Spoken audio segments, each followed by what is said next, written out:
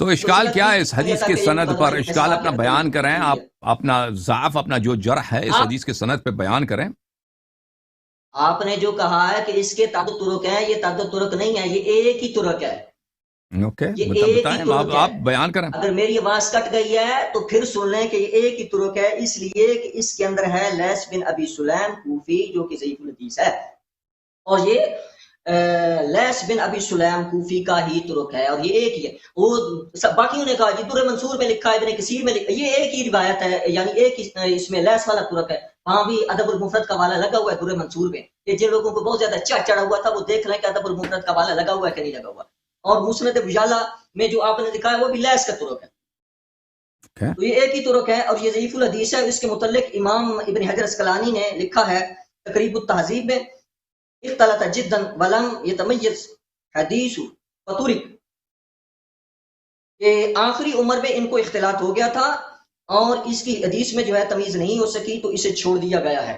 دیگر کئی کتب جو ہے ان کے اندر اس کے ترجمے میں جرح جو ہے وہ نقل کی گئی ہے، بالخصوص سیر کے اندر امام شمس الدین ذہبی نے میزان الاعتدال کے اندر بھی، اور اس کا جو نمبر ہے وہاں پہ 6997 ہے، اس پر انہوں نے لکھا ہے کہ امام احمد کہتے ہیں مسترب الحدیث، اور یحییٰ بن معین کہتے ہیں کہ یہ ضعیف الحدیث ہے، امام نسائی کہتے ہیں ضعیف الحدیث ہے، اور امام نسائی کی کتاب الضعفاء کے اندر بھی لکھا ہوا کہ یہ ضعیف الحدیث ہے، اور امام ابو حاتم رازی کہتے ہیں ضعیف الحدیث ہے. اور میزان الاعتدال میں ابن حبان نے کہا اختلط فی آخری عمر، کہ آخری عمر کے اندر جو ہے اس کو اختلاط ہو گیا تھا. اور امام بہقی اس کو ضعیف کہتے ہیں، امام دارقطنی اس کے متعلق کہتے ہیں کہ صحیح الحفظ، اور زکریا بن یحییٰ الساجی اس کو ضعیف کہتے ہیں، صحیح الحفظ کہتے ہیں، کثیر الخطا کہتے ہیں. باقی بھی بلکہ کہتا ہے کہ ضعیف الحدیث، حدیث کے اندر یہ ضعیف ہے. یہ اختلاط کا شکار ہو گیا تھا. یہی وجہ ہے کہ یہ لیث بن سلیم جو ہے روایت کو، سند کو بیان کرتے ہوئے کبھی کسی کا نام لیتا ہے، کبھی کسی کا نام لیتا ہے. اس کے مسترب ہونے کا اور اس کے ذہنی توازن کا اس سے بھی پتہ چل رہا ہے. تو آپ زیادہ نہیں تو چلو اس کو تو کریں گے تو لگ پتہ جائے گا نا آپ کو. اگر کوئی دوسرا ضعیف راوی بھی اس کی مطابقت کرے، آپ میری بات سنیں گے یا ہنسیں گے؟ میں سن رہا ہوں، بالکل سن رہا ہوں. جی میں آپ کی بات سن کے محظوظ ہو رہا ہوں. بسم اللہ کا، آپ جاری رکھیں. آپ اگر آپ جو ہے مثلا وہ پچھلی دفعہ کی طرح وہ آپ جو ہے بدتمیزی کریں گے تو میں آپ کو پہلے بھی میں نے کچھ کہا بھائی، بتا چکا ہوں. اور دھمکی نہ دینا. میں نے کچھ کہا، میں کہہ رہا ہوں محظوظ ہو رہا ہوں، خوش رہے ہیں، آپ کی باتوں سے سیکھ رہے ہیں. آپ افاضہ کریں بھائی، دھمکی دینے کی ضرورت نہیں ہے. آپ ہمارے بزرگ ہیں، ہمارے بھائی ہیں، لڑائی کی ضرورت نہیں ہے. آپ بلا وجہ، میں نے کہا نا کہ شروع سے اسلحہ لے کے آئے. اچھا تو میں یہ کہہ چکا ہوں کہ یہ روایت جو ہے اس کے تعدد طرق نہیں ہے. پہلی بات یہ تعدد طرق سے بھی یہ ثابت نہیں ہوتی، اور تعدد طرق جو ہے اس کے ثابت نہیں ہے. یہ ایک ہی طرق ہے اور وہ ضعیف الحدیث ہے، وہ ضعیف ہے. اور اس کے علاوہ یہ اگر بالفرض اگر یہ کہتے ہیں کہ یہ تعدد طرق سے یہ حسن لغیرہ تک پہنچ جاتی ہے، یہ میرے پوائنٹ سارے آپ نے یاد ان کا جواب دینا، یہ نہیں کہ اس کو آپ درمیان میں مس کر دیں اور پھر کیا میں نے جواب دے دیا سارا. اگر آپ یہ بہت زیادہ زور لگا لیتے ہیں اور ہنس لیتے ہیں اور آپ کو آپ کی چائے فائدہ دے جاتی ہے اور آپ کہتے ہیں کہ یہ جو ہے یہ حدیث حسن لغیرہ ہی جو ہے وہ بن گئی ہے، پھر بھی اس سے جو ہے ابو بکر صدیق رضی اللہ تعالی عنہ کو آپ اس روایت کے بلبوتے پہ آپ ان کے اوپر شرک کا الزام نہیں لگا سکتے، کیونکہ عقائد میں ضروریات دین کے لیے قطعیات چاہیے ہوتی ہیں، تواتر کی ضرورت پڑتی ہے. ایسی ضنی باتوں کی بنیاد پر آپ کسی کے اوپر شرک کا فتویٰ نہیں لگا سکتے، کفر کا حکم نہیں لگا سکتے کہ آپ کسی ضنی بات کو اٹھا لیں اور ایسی روایت کو اٹھا لیں اور اس کی بنیاد پر آپ کسی کے اوپر شرک کا فتویٰ لگا لیں. ایسی شخصیت جو مسلمان ہے، صحابی رسول ہے اور نبی علیہ السلام سے ان کی تعدیل جو ہے ہمارے پاس موجود ہے. آپ نے ہماری کتب سے یہ روایت اٹھائی ہے تو ہمارے پاس تعدیل ان کی بہت زیادہ موجود ہے نبی علیہ السلام سے. تو آپ ایک ضعیف روایت کو اٹھا کے ایک ضنی بات کی بنیاد پر آپ ان کے اوپر شرک کا حکم کیسے لگاتے ہیں، شرک کا فتویٰ کیسے لگاتے ہیں؟ یہ بہت بڑی جو ہے آپ نے جسارت کی ہے، اور میں سمجھتا ہوں یہ بہت بڑی آپ نے گستاخی کی ہے. حضرت ابوبکر صدیق رضی اللہ تعالیٰ عنہ، اختلاف آپ رکھیں لیکن اختلاف کا یہ مطلب نہیں ہے کہ آپ مسلمانوں کے کسی مقدسات میں سے کسی کو آپ کافر کہہ دیں، کسی کو آپ مشرک کہہ دیں. تو اس کا آپ جواب دیں اور پھر اس کے بعد انشاءاللہ میں اگلی بات ختم ہے آپ کی علامہ صاحب؟ بات ختم ہو گئی آپ؟ اچھی بات. بہت مہربانی آپ کی. دیکھیں عزیزو، پہلی بات یہ ہے کہ میں نے کبھی اس حدیث سے استدلال نہیں کی ہے کہ ابو بکر کیا شرک سے متصف ہیں یا نہیں ہیں. یہ حضرت خود لے کے آئے تھے. یہ حضرت خود لے کے آئے تھے یہ آپ نے حدیث. کہا انہوں نے ہے کہا پچھلی تھا پچھلی کہ نشست میں آپ نے کہا ہے، ہاں ڈکو صاحب آپ کے میں نے الفاظ آپ کے موجود جواب ہیں میں کہا نا، میں نے بعد میں سنے تھے. آپ نے کہا تھا کہ ڈکو صاحب نے اپنے کتاب میں لکھا ہے اور ڈکو پہ آپ نے اشکال کیا ہے اور آپ نے مجھ سے طلب کیا. حالانکہ جب آپ شیعہ کتب میں جائیں، شیعہ کتب عقائد میں، وہاں پہ ابو بکر کے متعلق جو استدلالات ہیں وہاں پہ لکھیں.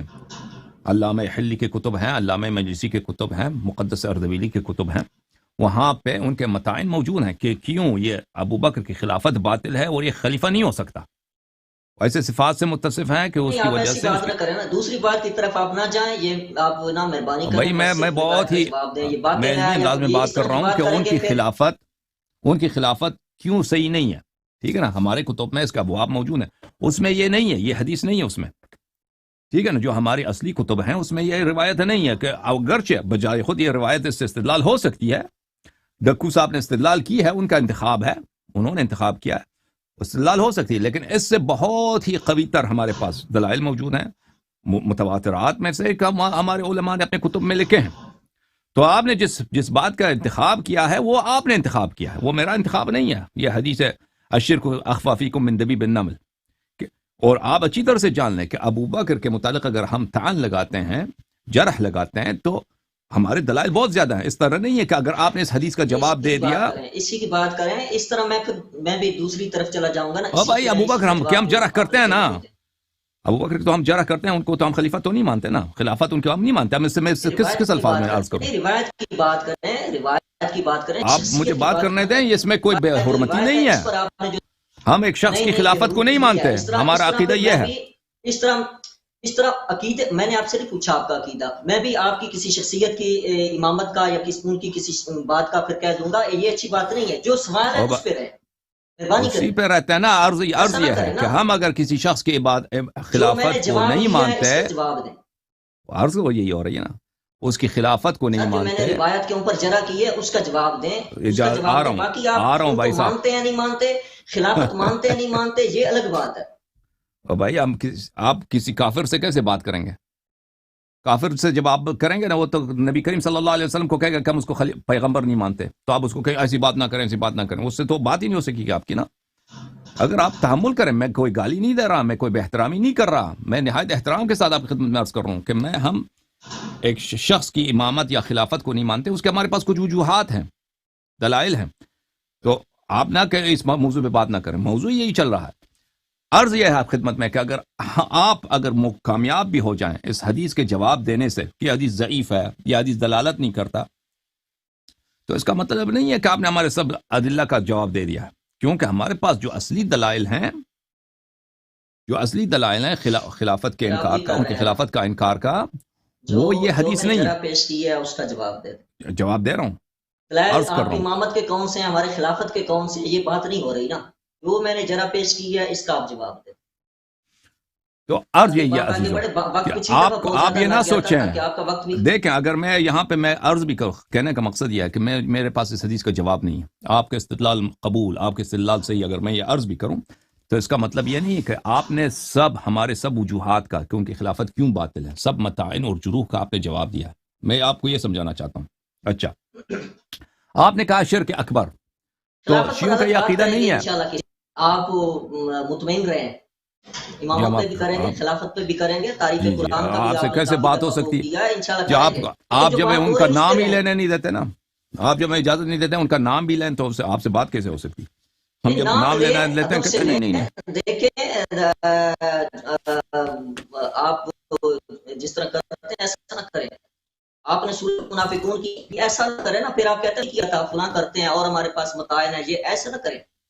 آپ کر لیتے ہیں بات کرنے کے بعد آپ کہتے ہیں میں نے تو کی بھی نہیں ہے، میں بے احترامی نہیں کرتا. بے احترامی ہو کس کو کہتے ہیں؟ یہی بھائی، ہمارا احترام، ان کا احترام ہم پہ واجب نہیں ہے، ہم احترام ان کا نہیں کرتے. اگر آپ یہاں اس لیے آئیں کہ ہم ان کا احترام کریں، ہم ان کی گالی نہیں دیں گے، بے احترامی نہیں کریں گے. مثلا جیسے بخاری مسلم میں روایات میں آپ دیکھیں، عمر نے یہ کہا، ابو بکر نے یہ کہا، وہاں پہ حضرت کا لفظ بھی نہیں ہے، رضی اللہ کا لفظ بھی نہیں ہے. ابو بکر نے یہ کہا، عمر نے یہ کہا.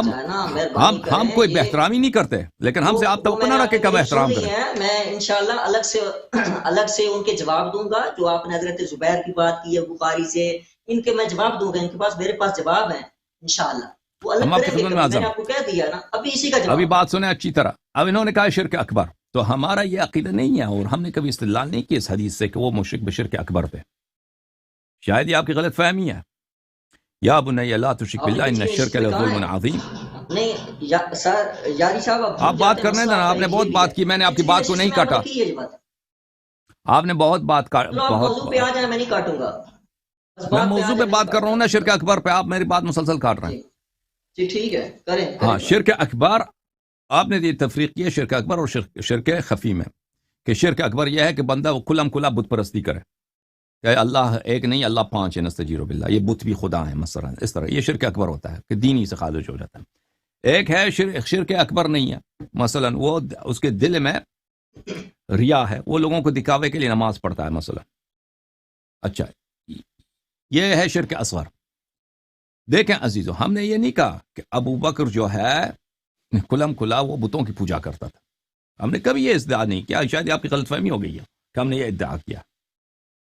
ہم نے کہا کہ قرآن مجید فرماتا ہے لا تشرک باللہ ان الشرک لظلم عظیم، اللہ تعالیٰ سے شرک نہ کر، شرک ظلم عظیم ہے.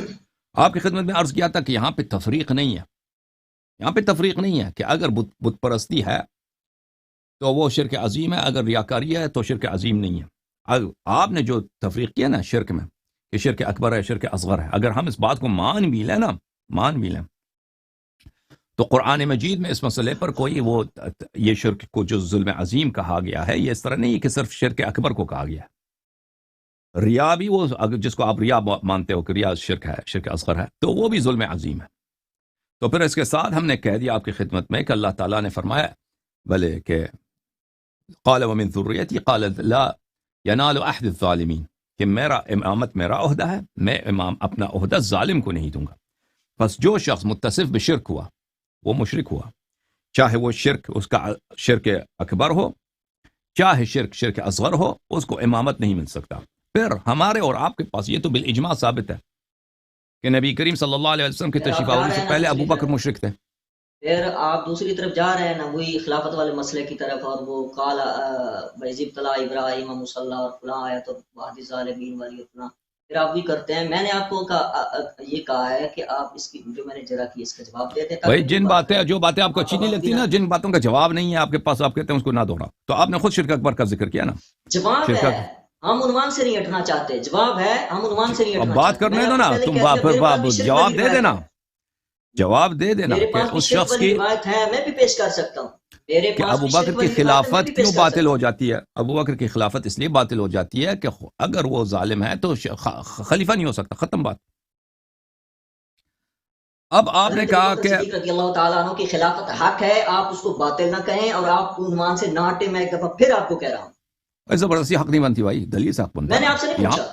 اور بھائی یہاں پہ علمی بات ہے، یہاں پہ زبردستی تو نہیں چلتی کہ حق ہے ڈرنے سے یہ جاہلانہ ماروں، بات یہ ہے کوئی نا، آپ طریقہ عنوان کار کی ہے. طرف کیوں نہیں آتے؟ آپ اور جرا بھائی آپ بات کرنے دیں گے تو آئیں گے نا. آپ مجھے دو بولنے نہیں دے، جملے بولنے نہیں دے، کاٹ رہے ہیں بار بار. آپ بہت دوسری بات کریں گے تو ہم کاٹیں گے نا. آپ اگر آپ نے اور بھائی جواب بات دینا کرنے دیں نا مجھے. اور بھائی میرے غلط جملے بات نہ کریں، میرے جملے غلط بھی ہیں نا، وہ میری ذمہ داری. داری ہے. میرے بھائی صاحب یہاں پہ آپ پولیس نہیں ہے، یہاں پہ لوگ دیکھ رہے ہیں، فیصلہ وہ کریں گے کس کے بات حق ہے کس کی بات باطل ہے. لوگ یہاں پہ پاگل نہیں ہیں، وہ فیصلہ وہ کریں گے، ان کو سمجھنے دیں. اگر میں نے غلط جملے کہے، اگر میں نے گالی دی، اگر میں نے بے احترامی کی، وہ پاگل تو نہیں ہے، ان کو سمجھ آ جائے گی نا کہ میں نے غلط بات کہی ہے. ان کو آپ مجھے بات کرنے دیں. تو بہرحال اچھا، یہاں پہ آپ نے فرمایا کہ یہاں پہ لفظ فیکم ہے، لفظ فیکم ہے. الشرک فیکم اخفی من دبیب النمل، شرک آپ میں، آپ لوگوں میں، یعنی جمع ہے، فرد نہیں ہے. فیکا تجھ میں نہیں ہے، تم میں. تم جو ہے گروہ کے لیے آتا ہے، جمع کے لیے آتا ہے. چونٹی کے حرکت سے زیادہ چھپی ہوئی ہے، یعنی آپ میں شرک ہے لیکن آپ کا خطاب یہ ہے کہ مخصوص آپ کے خلیفے کے لیے نہیں ہے بلکہ اس میں دوسرے بھی شامل ہیں. تو مان لیا کہ اس صفت میں دوسرے بھی شامل ہیں، لیکن آپ کا خلیفہ حتماً اس میں موصوف ہے، کیونکہ نبی کا اگر یہ حدیث صحیح ہے تو آپ کا خلیفہ حتماً اس صفت سے موصوف ہے. ان مخاطبین میں جناب ابو بکر بھی شامل ہیں کہ صفت شرک سے وہ متصف ہیں، اور کہنے والا کون ہے؟ رسول اللہ صلی اللہ علیہ وآلہ. وما ينطق عن الهوى ان هو الا وحي يوحى. اور کتاب بھی شیعوں کی نہیں، آپ کی اپنی کتاب ہے، ٹھیک ہے نا. نہیں ہے نا، تو نبی علیہ السلام یہ نبی علیہ السلام نے نہ ہی فرمایا ہے، نہ یہ ثابت ہے، نہ ابو بکر صدیق میں یہ آپ ہے، کہہ نہ یہ سکتے ہیں کہ یہ فرمایا ہے۔ حدیث پھر ضعیف آپ ہے وہی زیادہ سے الفاظ زیادہ، دوہرا رہے آپ ہیں، پچھلی تکذیب دفعہ بھی کیسے آپ نے کرتے ہیں؟ کیے، آپ نے کہا میں نے نہیں کیے، ابھی آپ پھر کر رہے ہیں، آپ نے کہا میں نے پچھلی دفعہ بھی نہیں کیے، ڈکو نے کہا ہے سر۔ دیکھیں مولوی صاحب، اس دو باتوں میں بڑا فرق ہوتا ہے۔ آپ کہہ سکتے ہیں کہ آپ کے نزدیک یہ حدیث ضعیف ہے، لیکن آپ نہیں کہتے کہ حدیث جھوٹی ہے۔ آپ تکذیب نہیں کر سکتے، آپ نہیں کہہ سکتے حدیث موضوع ہے یا جھوٹی ہے۔ آپ کہہ سکتے ہیں، آپ کی مرضی، آپ کہتے ہیں کہ میرے نزدیک یہ حدیث ضعیف ہے، لیکن بڑا فرق ہوتا ہے موضوع حدیث میں، کذب حدیث میں اور ضعیف حدیث میں۔ آپ نے تو صرف ضعف پہ استدلال کیا ہے کہ سلیم ابن ابی سلیم غیر ثقہ ہے، مختلط ہے، آپ نے اس پہ استدلال کیا۔ آپ نے استدلال تو نہیں کیا کہ وہ جھوٹا آدمی ہے، اس نے حدیث وضع کیا ہے۔ اور آپ کو پتہ ہے کہ جھوٹی حدیث محدثین کے نزدیک اس کا نقل کرنا حرام ہے، مگر بشرط یہ کہ اس کے ساتھ اشعار کیا جائے، اس کے ساتھ تصریح کیا جائے کہ حدیث جھوٹی حدیث ہے۔ تو ان محدثین نے مثلا بخاری، محمد بن اسماعیل البخاری نے ادب مفرد میں اس حدیث کو لے کے نقل کیا ہے، وہ آپ کے حدیث کا سب سے بڑا امام ہے، اور اس کے علاوہ دوسرے محدثین نے لایا، کسی نے نہیں کہا کہ حدیث جھوٹی ہے۔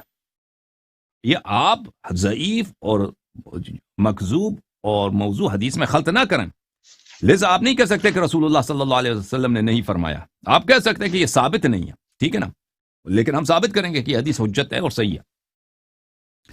تو آپ کا جو جھٹلانا ہے، تکذیب ہے، وہ محل سے خارج ہے۔ پھر آپ نے استدلال کیا ہے مقدمہ ابن صلاح سے۔ دیکھیں مقدمہ ابن صلاح کیا کہتا ہے؟ مقدمہ ابن صلاح کہتا ہے کہ تعدد طرق سے حدیث صحیح ثابت ہو جاتی ہے، مگر یہ کہ ایک حدیث کی ضعف بہت شدید ہو۔ اگر ایک حدیث کی ضعف بہت شدید ہو تو وہ تعدد طرق سے، وہ بھی کون سی تعدد طرق؟ اگر اس کا دوسرا طریق ہو، یعنی اس کی ایک تابع ہو، اس کی ایک ہی شاہد ہو، وہ دوسری دو طرق ہو، تو اس سے اس کا ضعف ختم نہیں ہو جاتا۔ اور یہ اس کی رائے ہے، اس کی فتویٰ ہے، یہ کوئی حدیث نہیں ہے، یہ بات، یہ کوئی قرآن کی آیت نہیں ہے، یہ اس کی اجتہاد ہے۔ لیکن وہ اس حدیث کی بات نہیں کر رہا کہ جس کے متعدد طرق ہیں، جس کے طرق کئی ایک ہیں، اس حدیث کی وہ بات نہیں کر رہا، وہ اس حدیث کی بات کر رہا ہے جس کی ضعف، مثلا راوی اس کا بہت ہی گھٹیا آدمی ہے، راوی اس کا بہت ہی ضعیف آدمی ہے، تو اس حدیث کی بات کر رہا ہے، ٹھیک ہے نا، کہ اگر اس کے طرق متعدد ہوں، صرف نہ کہ یہ متعدد ہوں، تیسرا ہو، چوتھا ہو، پانچواں ہو، نا، اگر اس کے دو طرق ہوں تو وہ دوسری طرق وہ بھی ضعیف ہو تو اس سے حذف نہیں ہوتا، کیونکہ وہ دونوں طریق ہی بہت ہی ضعیف ہیں۔ لیکن جس حدیث کی ہم بات کر رہے ہیں یہاں پر، مسند ابی اعلیٰ الموصلی میں، اس کو بخاری نے، جو ان جماعت کا بہت بڑا امام ہے حدیث میں، بلکہ سب سے بڑا امام ان کا حدیث ہے، اور یہ لوگ ان کی کتاب کو اصح الکتب بعد کتاب اللہ کہتے ہیں جامع بخاری جو ہے وہ کیا ہے، قرآن کے بعد سب سے صحیح ترین کتاب ہے۔ اس کتاب کا مؤلف اپنے دوسرے کتاب الادب المفرد میں یہاں پر ایک سند کے ساتھ اس نے ظاہر روایت کی ہے کہ اس میں بھی لیث ابن ابی سلیم ہے کہ حدثنی رجل من اہل البصرہ سمعت معقل ابن یسار یقول، یہ معقل ابن یسار بھی ہے، کیا ہے، صحابی ہے، تو اس نے روایت کی ہے۔ پھر ابو یعلا الموصلی نے کئی اسانید کے ساتھ روایت کی ہے، یہ مسند ابی یعلا الموصلی ہے، المجلد الاول۔ یہاں پر ملاحظہ فرمائیے، یہ کہہ رہے ہیں کہ تعدد طرق نہیں ہے۔ تعدد طرق کیوں نہیں ہے؟ حدیث نمبر 54 دیکھیں، حدثنا اسحاق ابن ابراہیم حدثنا ہشام ابن یوسف عن ابن جریج شرکاء خلقوا کخلقہ، یہ سب تو ثقہ ہیں، انہوں نے سب اس کو شرکاء خلقوا کخلقہ اس آیہ کے متعلق، ام لہ شرکاء خلقوا کخلقہ، کیا اللہ تعالیٰ کا کوئی شریک ہے؟ اللہ تعالیٰ کا کوئی شریک ہے جس نے اللہ تعالیٰ جیسا خلق کیا ہو، جس نے اللہ تعالیٰ جیسا زمین و آسمان بنایا، اس نے بنایا؟ تو ان کے نزدیک، اسحاق ابن ابراہیم کے نزدیک، ہشام بن یوسف کے نزدیک، اور ابن جریج جو یہ مشائخ بخاری مسلم میں سے ہیں، ان کے نزدیک یہ حدیث شرک اکبر میں ہے، کیونکہ آیا جس نے اس نے پڑھا ہے وہ آیا شرک اکبر والی آیا ہے۔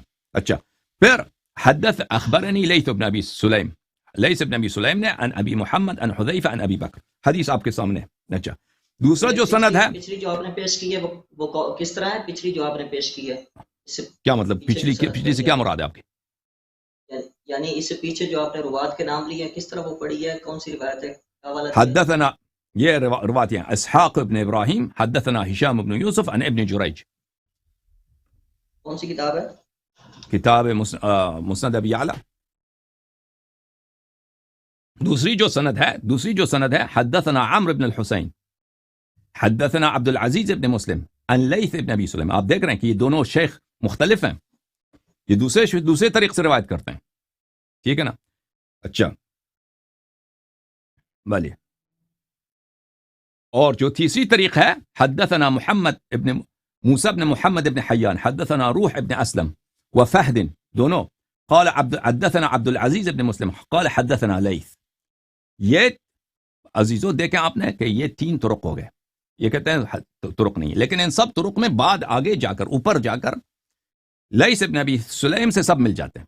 ان کی بات صحیح ہے, لیکن پیچھے جو ہیں کہ طرق متعدد ہیں. تو اس کا ان کا یہ کہنا کہ یہ طرق سب ایک ہی ہیں, یہ کلام کا باطل ہے.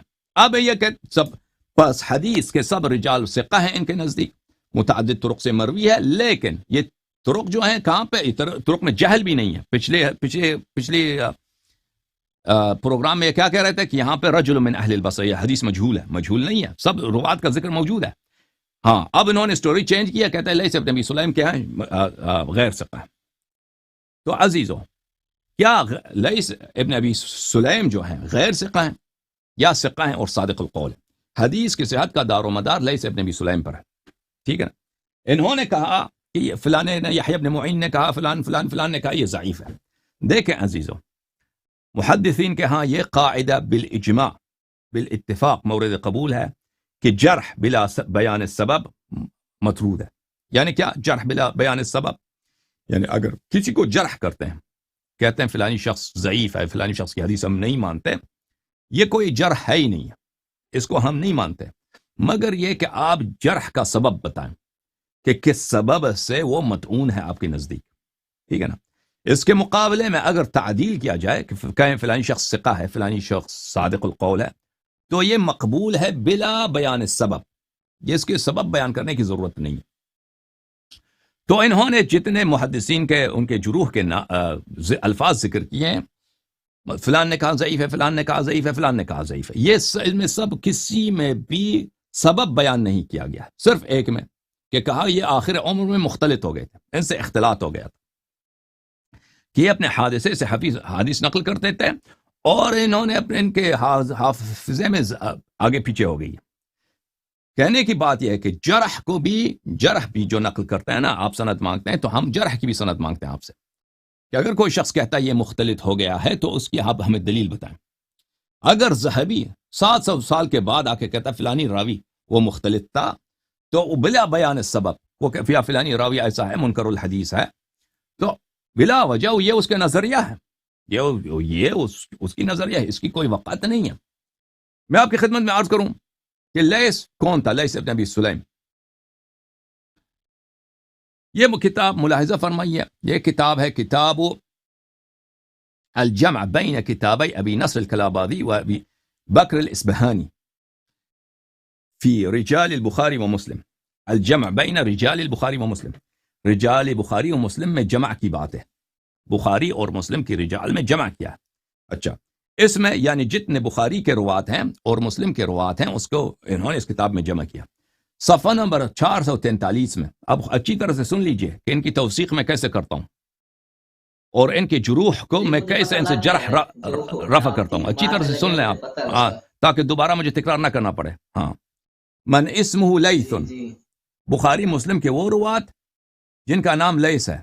لیث ابن ابی سلیم ابن زنیم القرشی, و اسم ابی سلیم انس مولا عنبسہ ابن ابی سفیان الکوفی, سمع فلان فلان مات سنہ 43 و 100, سنہ 143 میں اس کی وفات ہو گئی.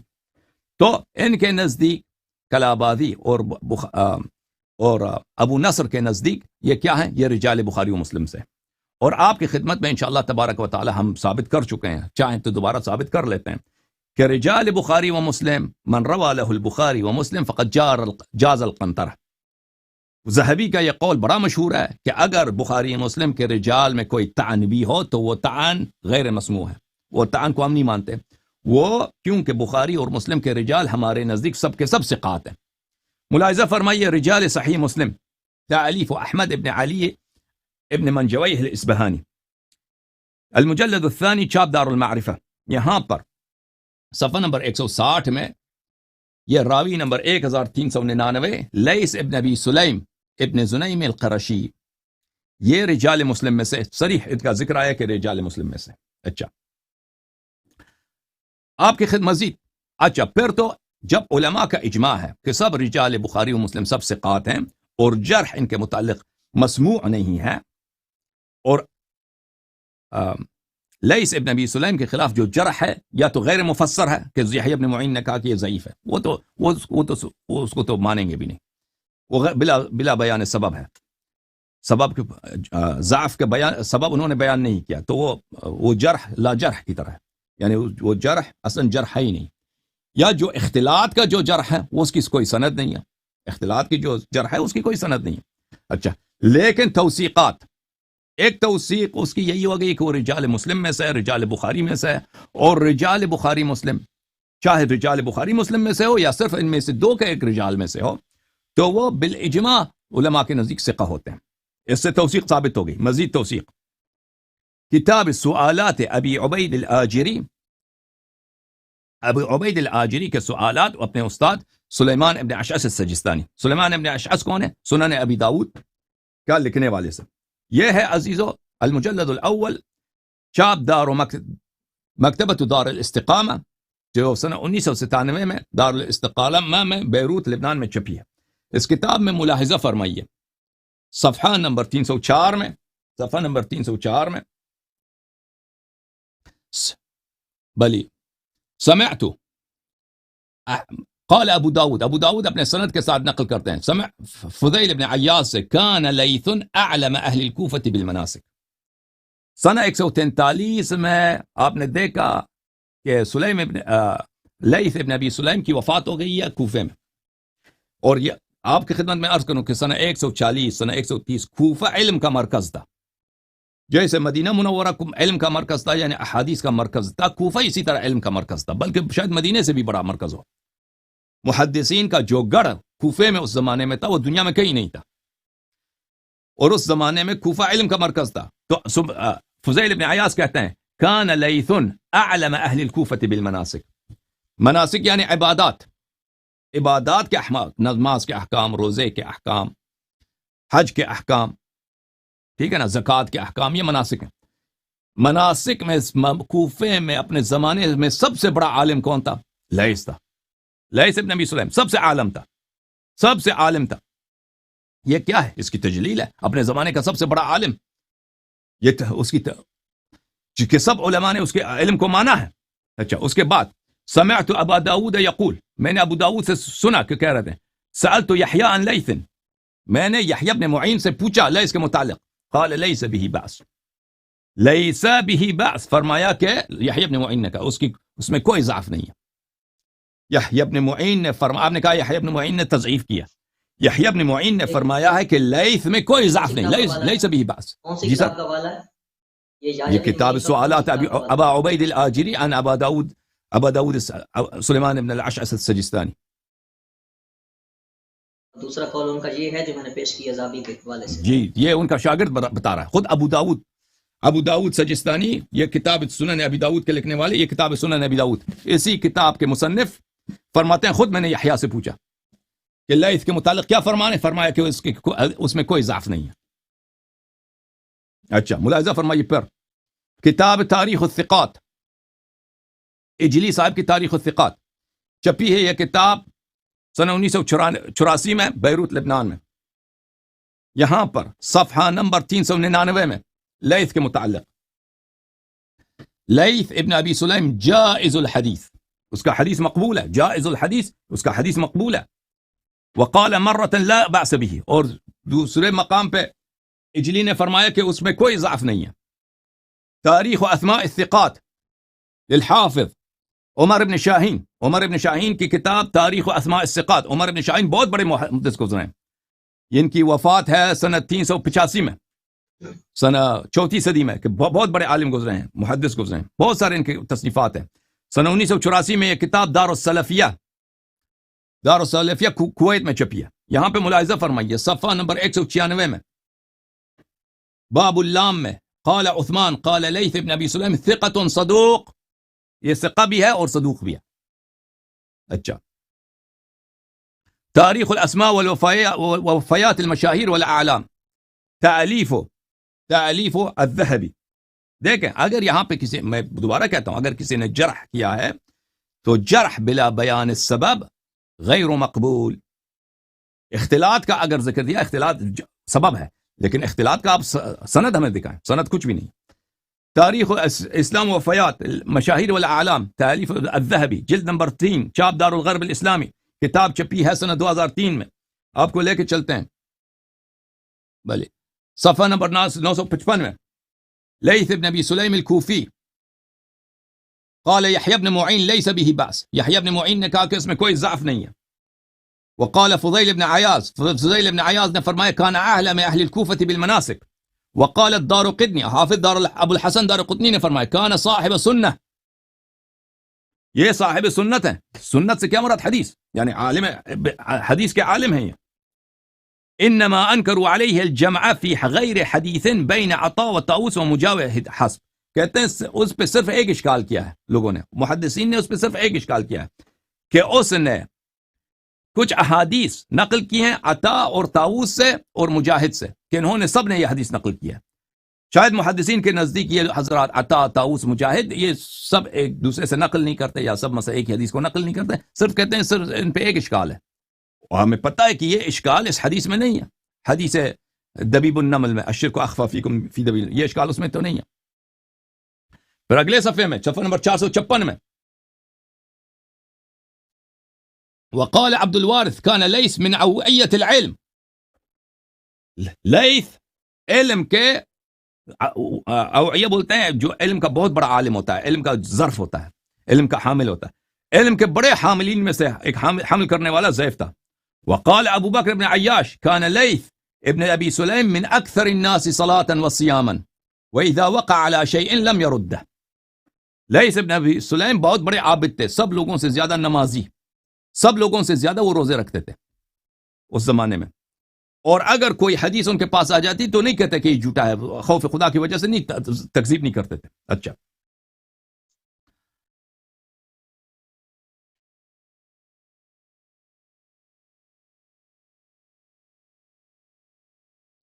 یہ ہم نے آپ کی خدمت میں عرض کی ہیں، یہ اتنے آپ کو توثیقات دکھائے، الحمدللہ رب العالمین. پس ثابت ہو گیا کہ یہ حدیث، اس حدیث کے طرق لیث سے ملتے ہیں.